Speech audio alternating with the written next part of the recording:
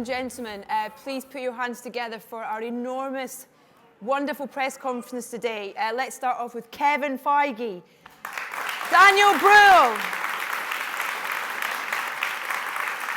Anthony Mackie, Paul Rudd, Jeremy Renner, Anthony Russo, Joe Russo, Elizabeth Olsen, Sebastian Stan, Chris Evans, Robert Downey Jr., Paul Bettany, and Emily Van Camp. Down in the front. Right. I'm literally...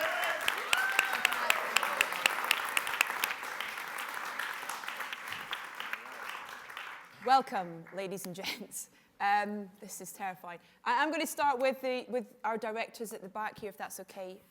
Anthony and Joe, you guys seem like action geeks, action lovers. But what comes across is that your action has to have a story. There has to be a story, even in set pieces. There's kind of so much going on, kind of within things that you watch. Would you agree with that? And can you elaborate on with this particular? We actually refer to ourselves as action fetishists. That's the term. Right. No. Yeah. No. For us, action is like it's of a piece with all the rest of the storytelling that we do. It has to be a strong expression of narrative and character at every moment, and that's how we find our way through action. And it's like this movie. We had such an amazing cast, so many great characters. All the action sequences are designed around how we're pushing those characters through the movie on a storytelling level. Do you want to add to that? Yeah, yes. It's like Ant said, every piece of action in the movie either has to define character or move story forward, or it's vacuous action, and I think an audience can only handle about 30 seconds of that before they start to get tired of it. So we've really put a lot of thought and effort into it. But it's also great making these films because action really is an integral component of it and really does help us define the characters in a very dynamic way. Before I throw out to our huge audience today, a quick question for our two gents in the middle, if that's okay. Mr. Downey Jr., I'll start with you, if that's okay. One word to describe Captain America, please. Just one word. That was a question. Vice versa, yeah. One word to describe Captain America? One word for you to describe Iron Man, and Iron Man to describe one word for Captain America. Charismatic.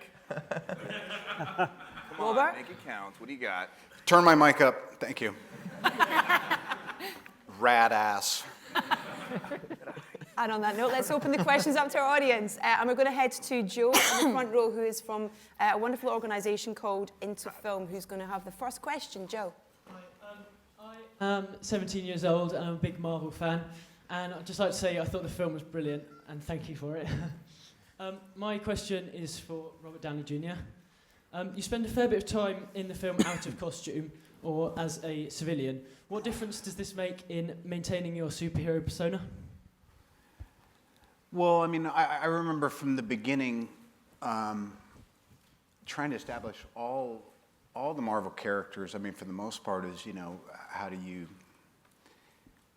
humanize them or make them relatable? You know what I mean? And I can only relate to someone so often when they're all gussied up. So I figure, but it was a great opportunity. I'm not really here yet, and there's a lot of people here. Can you just all turn around for about a half an hour until I'm back in my body? Excellent question, by the way. What was it? And just next to Joe. Joe, if you want to pass the mic there, that'd be great. Thank you. Hi there, my name's Chris. So Civil War is possibly one of the most political superhero movies that's kind of ever happened. And it focuses on quite a few real-world issues, as well as kind of just things within the world of the superhero world. But of course, we live in a pretty complicated world ourselves. I mean, the question's, I suppose, mainly for Kevin, but anyone else who has an opinion, feel free to chime in. I mean, if you could choose one superhero to be in our world to try and help our problems, what would it be? In real life? Yeah. What superhero? I got to tell you, that's a great question. Thank you. We usually get, what's your favorite superpower? What superpower do you want? And that's not a good question. Oh, it's coming. Gosh, which superhero in real life to help us? That's a tough one. That It is a really tough one. Tough. It's a tough one. It's not that tough, I mean, Kevin. The vision. Is that the right answer? I'm just saying. British one. He's omnipotent and he can pick up the hammer. I mean, come on. But when he talks, everybody turns off their hearing aids. So everybody wants to. I think if there were leaders that had, such morals as both Tony and Cap, we'd be in a pretty good place. No, I don't like that answer. I want a real answer, Kevin. He said one. I nominate Hawkeye because he retires every 10 minutes. He understands how stressful it is. That's so real Civil stressful. So stressful. I'm going to a barbecue. Okay, next question in the second, or if you want to pan the mic just behind you, that'd be great, thanks. Hello there. Film was amazing, by the way. My kids loved it. This is a question from my 8-year-old son, Con, for Captain America and Iron Man. The film is about Captain America and Iron Man falling out, yeah? Have you two ever fallen out over something silly on set, and what was it about? Oh, God, no. Not at all. That's one of the best things about these movies. They really somehow manufacture an environment that I can't imagine arguing with any person on this set. And, listen, sometimes that happens on film sets. And for some reason, when you step on a Marvel film set, it's like summer camp. It really is. Like, you can't even construct a world where there would be some sort of friction. And even as they grow the universe, every new person they add to the fray, no one ever is out of place. They always fit right in and feel like they've been there for years. Speak for yourself. Shut up. Here's all I want to say. When my son Exton started wearing entirely Captain America PJs and hats and everything, I felt a natural resentment building up. But being a consummate professional, I didn't bring it into the workplace. Gentleman in the front row here, please. We've got one microphone, really? Hello. Yep, it's on. This is for Emily. Emily, hello. My name's Mark.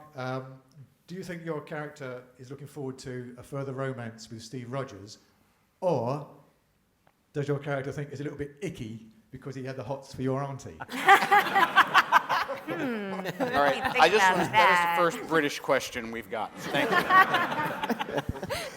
Well, in the comic books, they actually went on to have a very interesting, complicated love affair. So that was something I loved about, when I was doing the research for Sharon. But I don't know how far we'll go with that. We'll see, I suppose. I mean, it helps that it's like the great aunt. It's not, there's like one generation removed, I guess.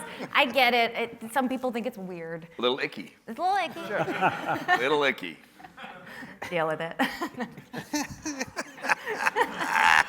Emily, was it great to see your character, kind of get in and get dirty with this in terms of get involved in the action in this as well? Yeah, it was so fun. I mean, Sharon's a badass in the comic books. It was nice to be able to kind of play with that a little bit, and these movies are great fun to make. So happy to be a part of it. Right, next question. Let's go to the lady there with the awesome hair. Hi. My question's for Paul. We saw Which? you a little... Which one? Oh, sorry. Yeah. Paul Rudd. Yeah. Sorry, Bettany. My own town.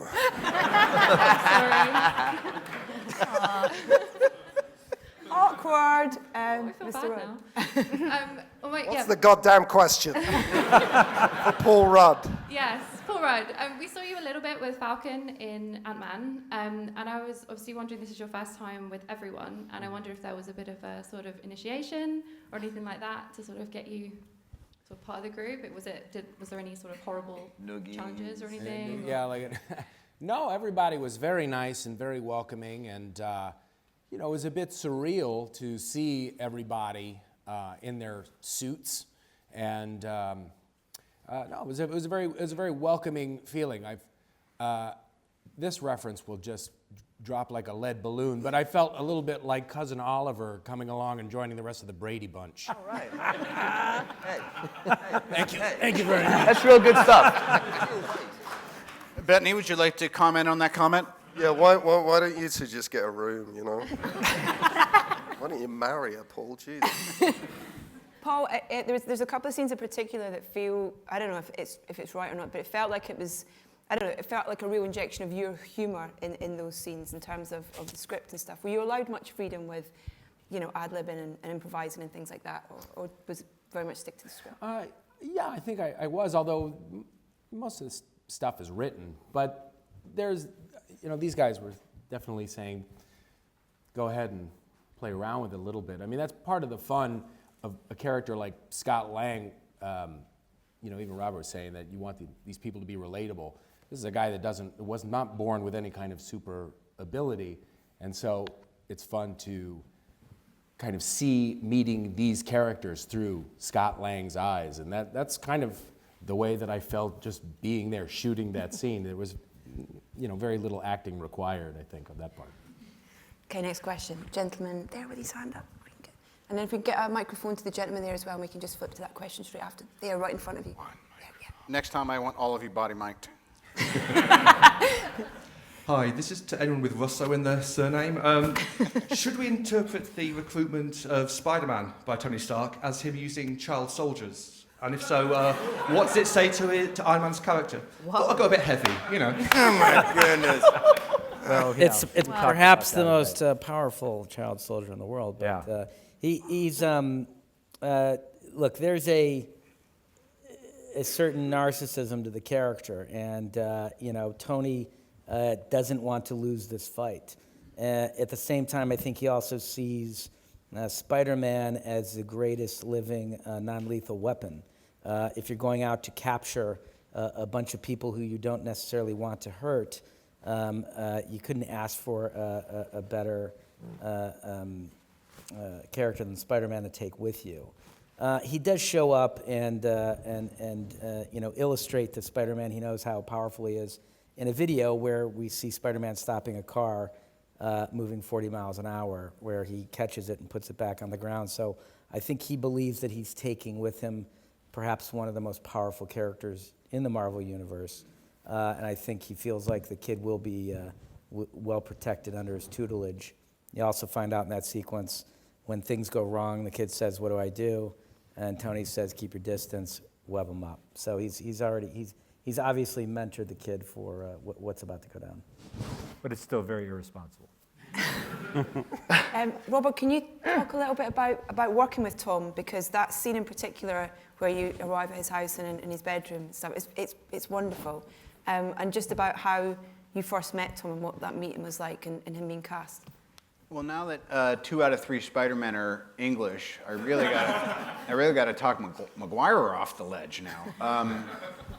But Mr. Holland, anyone who experienced him, he's not a work in progress. I mean, he's really something else. And I think by the way folks reacted to this, I mean, it's always, it's like a new anyone, I think he really came on with a bang, and there's a lot of excitement about seeing what'll happen when he kind of holds his own, But did anyone dislike Holland, or are we all okay with him? We'll talk about it later. Yeah. We'll post something if there's any dissension. I think the gentleman's got a microphone over there. Hello, my name is Arthur. I'm from Germany. I have a question for Daniel. I really loved the performance. I thought your villain was one of the most sympathetic one that Marvel has put out so far, and his motivations were very understandable. I like that he's still alive by the end of the film. So I wanted to ask you, are you under contract for more films, potentially? It's a question for Kevin, then. I couldn't answer that question. I hope so, but no. I mean, this is not something I can talk about. Answered the question. Quick answer. I hope so, but no. But I can't answer that question. Do you want to elaborate on your thoughts about your character being sympathetic, or the most sympathetic villain? That's what attracted me right away, because it's not a cliche stereotype villain. He has his very human motivations. He has his reasons. So that gives the character, depth and makes him ambivalent. Okay. Next question, please. Got a microphone there? There we go. A question for Elizabeth and Emily. When you're on set with this much testosterone, do you kind of dig your heels in and go really girly, or did you just throw in the towel and become blokified? Blokified. I rather just hold my own without having to be extra girly or blokified. Yeah. No, I think just like hanging as yourself is good. I thought I almost made it, by the way, without having to say anything. No chance. That's why I'm here. And Emily, the same for you? Yeah, no. I mean, it's a lot of dudes. I will say that. But yeah, everyone's great. It's a really good environment. I don't think there's any girlifying or blokifying going on. Do they kind of watch their language when they're around you girls? No. I mean, But we kind of I'm have, still like- trying to work on watching my own Yeah, language. exactly. They're not 8, by the way, as well. I have no idea where you are either. I'm just scanning. Elizabeth, can I ask you about one thing that I love about this is the pairings of the relationships, whether those are, you know, the allies or indeed the kind of conflicts that you have between all the Marvel kind of superheroes. And for you and Paul's character in particular, there's this wonderful kind of play, you know, off each other. Was that fun to work with Paul in person for the first time? We'll talk to you in a second, Paul, if that's okay about it. Paul, can you just hold on one second? But yeah, working on that kind of pairing and the relationship particularly with Vision. I think it's something that that fans have wanted, but we're just trying to root it into something that's like more pure of a friend and a companion, because we have to make up like what, like I am made from, I'm not a mutant, I'm made from his stone basically, and so we have that in common, and to use that as a thread that roots our relationship, I think is really important and grounding in a way. Paul? Bettany? What she said. Thank you. Could Paul Rudd take this one? I think they're both they're joined by the fact that neither of them know the extent of their powers, and that's terrifying, but also unites them. And for you, being there as a physical being, how much fun was that for the entirety of the film? Oh, it was hot. Thank you for asking. Was it makeup? It wasn't a mask. It wasn't kind of you couldn't just put it on you, but it was. It's makeup that they then they continue on with computer-generated stuff. So I'm wondering why I'm in the makeup. Why is this so loud? What are you? Every time I laugh, I'm blowing up my mic. Oh, jeez. Thanks. Do you want a handheld? Shall I give you a handheld and you can stop? No, it's fine. I'll just talk like that. Okay, whisper. Do you want to finish the answer to that? Oh, I was. Thank you. Okay. Gentlemen in the checked shirt, please. Can we get a microphone to him, please? And then if someone over this way can put their hand up, and we'll get a microphone to you as well. Lady in the pink top, I think. Yeah. Hello, thanks. I haven't actually seen the film yet, so no spoilers, please. This is a question for Anthony and Jeremy. As the guys who have the lacking of superpowers but a whole lot of weaponry at your side, how do you feel your characters contribute to the overall war that's less than civil? A lot of leg workouts. I have it in my contract that I have 2 behind shots twice in the movie. So, thighs and quads, man, thighs and quads. It's almost like he answered a different question.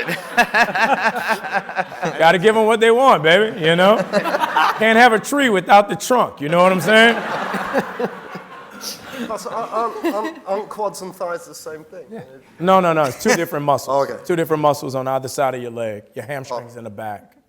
Leads down. Yes, but they are on your thighs. They are on. Yeah. Yeah. So quads and thighs. No. Your thighs are here. Your quad is the front You don't mean muscle. glutes and Last question. Would you like Men's to feel health? my quad?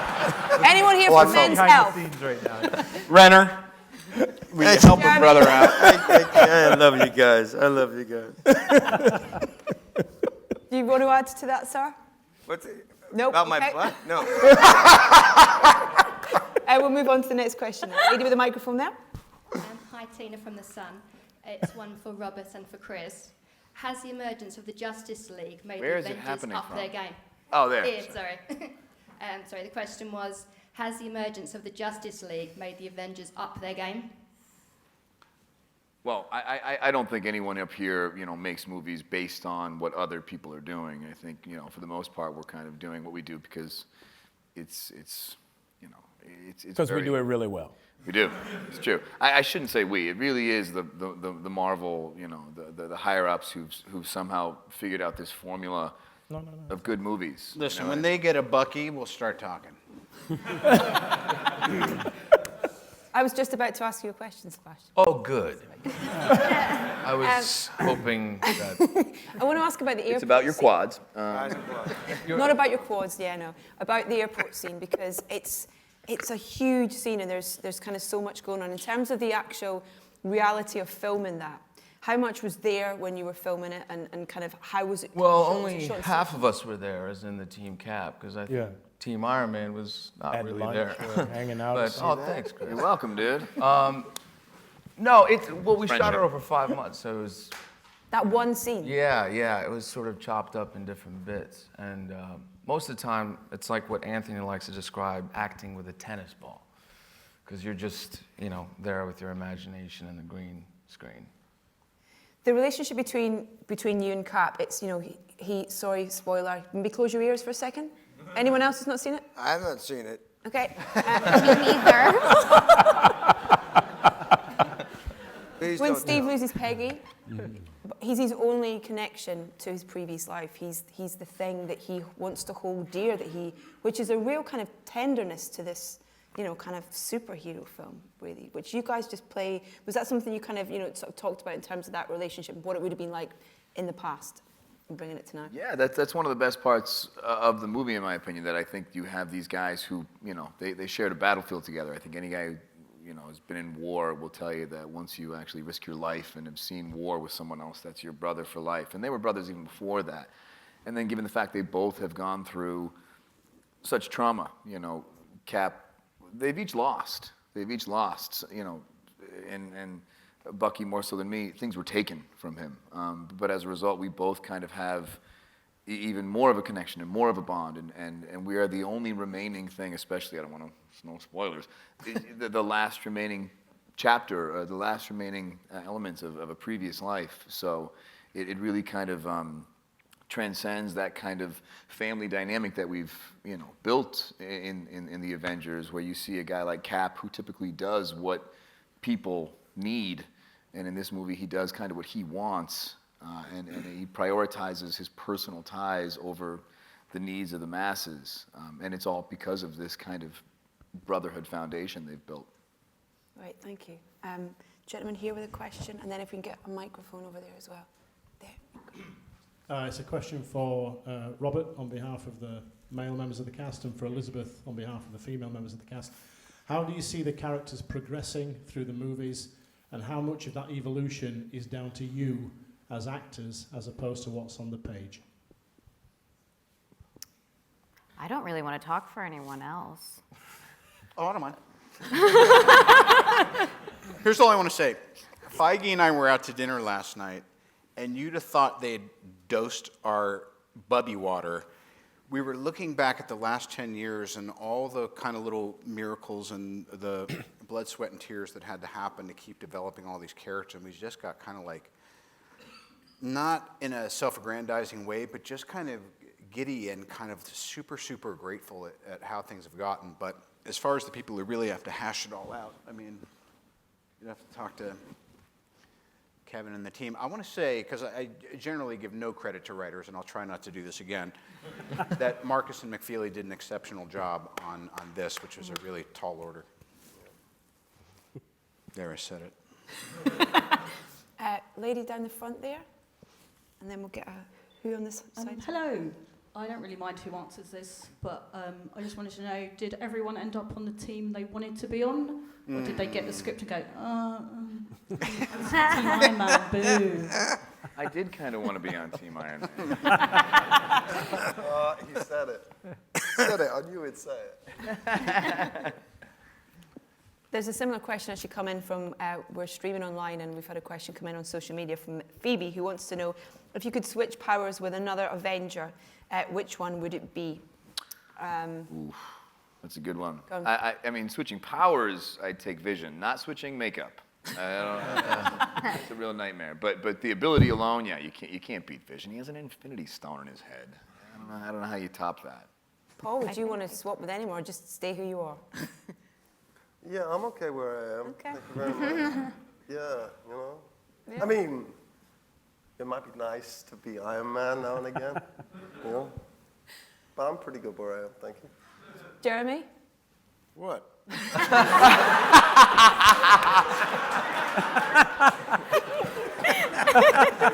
okay, I'm sure I don't give you a hard time. I grew up watching Spider-Man as a kid. Spider-Man? Yeah, I've always loved Spider-Man as a kid. So I'll do this on you. Get out of here. Great. Stuck. Okay, next question. Gentleman's got a microphone over there. Get out of here. Go on. Ask your question. This question is for Robert. So obviously in the other Avengers films you're kind of cuddly and nice to everyone. Yeah. But in this one you're kind of not. Where are you? Yeah. So what do you prefer? Being like horrible to Steve or not? Like, acting wise, obviously. I mean, it really just depends on what's the narrative of the movie. As you can see, I'm a worker amongst workers, and I like getting in where I fit in. In any movie where I can spend weekends with Renner, he's Lord of the Underworld. This is Pluto back here. He's going to get you home in one piece, but you're actually finally going to have a good time. Next question. We've got a microphone here as well. Go for it. This is for Kevin. When are we going to get our Falcon Bucky road trip movie? Wow. Yeah. That's a good idea. Well, we're shooting a Weekend at Bernie's spinoff. Yeah. With the three of Jeremy's us. the dead guy. Jeremy. I'll be Bernie. Weekend at Bucky's. Right. Weekend at Bucky's. That's what we're doing. Weekend at Bucky's. Kevin, I want to ask you about the kind of the additional characters that are brought into this. You know, we see new characters kind of coming in to join the teams. How do you know when in the process of putting that idea together and who was coming in and where they were going to be? How did you work that out? Is it kind of like a chessboard? Is it No, the chessboard on this movie was who sided with who. To your earlier question, and there were a lot of characters that went back and forth for a while before we landed on the makeup of the team. But in terms of the addition of Tom Holland as Spider-Man and Chadwick Boseman, who couldn't be here today, but who is unbelievably awesome as Black Panther, it came from the story. We didn't sit down and go, okay, we want to introduce these characters because we want to make more movies, and how do we wedge them in? It was, we are telling Civil War, we have Cap's side, we have Tony's side, and we wanted to bring in somebody who wasn't aligned with either side. And Black Panther in the comics is great because he doesn't really give a shit about either of the other sides. He has his own agenda. And it was, I don't know, a quarter of the way through the development process where we thought this would be the time to bring in Panther. Great. Next question, please. Gentleman over there, please. We get a mic. And is there anyone on this side as well? Put your hand up. Okay. And the gentleman there, if we can get a mic to him for the next question, please. I have a question for Kevin, Joe, and Anthony. What are Nick Fury and Maria Hill doing during the events of Civil War? You'll find out soon. That's the answer. There is story around where they are, but it's story that's coming down the road. Future movies. So unfair. Okay. There you go. You got a microphone. Go for it. Yeah, this question for Kevin. I was just wondering, how early in the whole MCU process did Civil War come about? Was it pre-Phase 1? Was it after Winter Soldier? When was it actually a reality for you? Well, it was before the MCU even existed. In the early days of, I think we were even just beginning to dream about maybe becoming our studio and getting financing, was about a little over 10 years ago, which is when Civil War was published. And it was an amazing comic series, and I remember reading it, every month when it came out and thinking, it would probably be impossible, but wouldn't it be cool someday to do this? And it wasn't until about 2 years ago, 2.5 years ago, that we thought, now is the time. We've assembled enough players that we could do it now. Can I ask a question from me? How do you decide who Stan's going to be? Who's Stan Lee? What's How Stan do you, Lee's cameo is gonna in be? each film, who decides where he's going to pop up? And It varies. Sometimes the idea comes about very early and is incorporated into the script, and sometimes based on his schedule or where he is willing to travel, it comes about sort of later in the process. On Guardians of the Galaxy, it was shot later, and I think this one was shot during production, but I don't remember when the idea came up for this one. It was in the draft, I think. It was in the draft, Yeah. exactly, yeah. Yeah. Yeah, usually we comb through when the script is done and try to find a spot for Stan. Yeah. go ahead. Next question. There's a lady at the back in a blue shirt. If we can get you a microphone, and anyone else on this side, raise your hand if you have a question. I'll get the mic. You've had one. You can, if there's time, you can have another one. But the gentleman behind with the glasses, thanks. Hi. This is a sorry, hello. It's a question for Chris Evans. So this time around, like the Marvel universe has really like stepped it up. So like, what were your initial thoughts when you first read the script for Civil War? It was exciting. You know, I mean, a lot of it rested on Downey's shoulders, whether or not that he would be willing to do this. You know, and you know right away that when you bring Downey into the equation, the movie is going to, you know, it's going to have a certain level of awareness and it's going to have a certain level of charisma. He you know, that's what he comes with, and it was exciting. It was exciting to think that you could kind of, you knew what it meant as a jump off. You knew what that meant, because obviously the Civil War in the comic books incorporates so many characters, and at the end of the movie, you know, Marvel has this great history of never leaving you completely satisfied. You kind of anticipate the next chapter, and this would obviously leave the entire MCU in a little bit of disarray, which is exciting because that's only going to be more rich for the next Avengers film. So for me, I was thrilled. I mean, shit, I'll take all the help I can get. Gentleman there, question? Hi, this is a question for Chris again. Where are you? There you are. Hey. Yeah, following the film last week, a lot of my friends who saw it at the same time, one of the things they were talking about was that scene where you pull down a helicopter. Oh, right, yeah. The shape of your arms, in particular. So, a little bit of bicep How porn. much CG is involved, and was it more than the giant? How what? What was it? How hard is it to look like that? I missed it again. How hard is it to look like that? Oh. I don't think it was. Kevin, did you? No, that's all. Those are real? I think it was me, but it's, you know, you do those things. Luckily, between scheduling and Russo, everyone, you try and get those scenes as early on in filming as possible, because you gradually shed weight as you're filming. You're wearing that suit every day, and you just... I was helping him work on his shoulder about 6 weeks after that. I really, genuinely did mess up something in my arm. We don't care. We love that shot. Doing it, you know, like it's a very unnatural position to be in, and you're like, look, you're trying to flex, you're trying to look good, and not like, you know, it's not a utilitarian shot. It's really just trying to look good. Yeah, come on in. Go on, Paul. Go on. What do you want? I was going to say, you really were holding back a helicopter, too.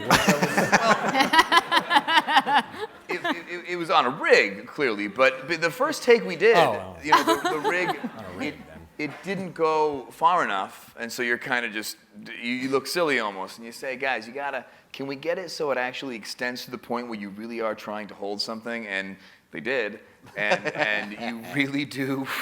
All of a sudden, you are trying to hold something. It may not be a helicopter, but regardless, it did something, and that's true. There were many days that I would come into Downey's trailer, and he has all these amazing contraptions. He's like, well, I was going to say another comic book character. We don't want to bring DC into this stuff. But he has all these amazing toys, and he really had all these little, you know, stickers and weird things and like electromedicine. Whatever it is. And it actually was great. It's a mess again, though, I will say. I'll mention this. I remember the day we shot that scene, there was a miscommunication with the costume department, and Chris came to set to start the scene in a jacket. And Joe and I were like, no. Everyone was like, no. It would have been a different scene. Yeah. In a jacket. You look on-set physio, Mr. Downey Jr., like that. It's kind of side project. Yeah, that's nice of you, Robert. Thanks, Jeremy. Rubbing down Chris, that's sweet. A little digital stimulation never hurt anybody. That's how much we really all love each other. Get along. Gentleman there with the beard for a question, and then at the back. I have a question. Is there an intermission in this press conference? Do you want to go? No, I'm fine. Do you want to go? Do you want to leave?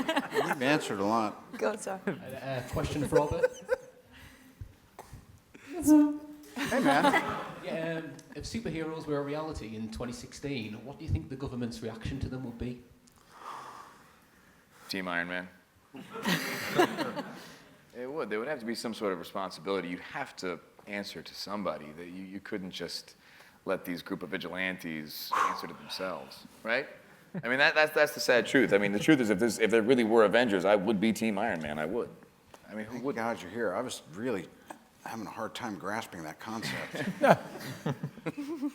And then last question to the gentleman just behind there. Yeah, you've got the mic. Yeah, the next question is for Robert and also for Daniel with his German view. I would be interested, who is at the movie set the big boss? Who has got the biggest trailer and why? Well, it wasn't mine. I think it's Mackie's. That would be correct. Anthony? You're the biggest trailer? Well, I have a lot of stuff, so I just, it's really nice. It's real, I gotta, but he has like 5 of them. You got the thighs and quads. What? You gotta fit the thighs. I gotta fit them thighs and quads somewhere, man. But he has like 5 of them. Yeah, I only have Robert one. actually has the smallest trailer. He just has another 4 trailers, right? He has this beautiful Airstream trailer, and then there's 4 just Actually, the state of Georgia wanted to give it its own zip code. It's like a kiddie choo-choo train, and it just goes around in a circle. And what about you? Got you also got a trailer or no? No trailer. I didn't get one, no. But we're maybe... You got a chair. You had a chair. No, but it was, You got an umbrella, too. coming from Germany, I remember that the first scene I had with Robert, after 5 minutes he asked me if I had allergies. I didn't understand the question. And when I had lunch and was eating my burrito in my humble little trailer, somebody knocked at my door and said, and he was sitting in a golf cart, and he said, like, "You're cordially invited to Robert Downey's village." I said, "Wow." So I left my burrito. And then in the far distance, I saw that huge space with, 4 or 5 trailers, Thanks, lawn, palm trees. I had a 3-course meal. Right. Did you get a massage? And then I was quite sad when he left because I was only invited twice. That's everybody's goal every day is at lunch to see who's going to get invited to the village. And you get so jealous. Like the day he was invited, I see him go by my trail. I'm like, motherfucker. I'm the Graydon Carter of the MCU. Robert introduced me to quinoa. I was like, what is this beautiful grain? What are these little marbles I'm putting in my mouth? It's like, that's quinoa. Now, where do I buy this? We had a good one. I wanted to have Sebastian over sooner, but he sent me this video of him just ripping out bicep curls with a decapitated Iron Man skull in the thing, and I was like, this guy's method. Now find out what his allergies are. And it's time for an intermission, I'm afraid. Thank you very much indeed for your time and your questions, and a huge round of applause for our wonderful cast. Burrito.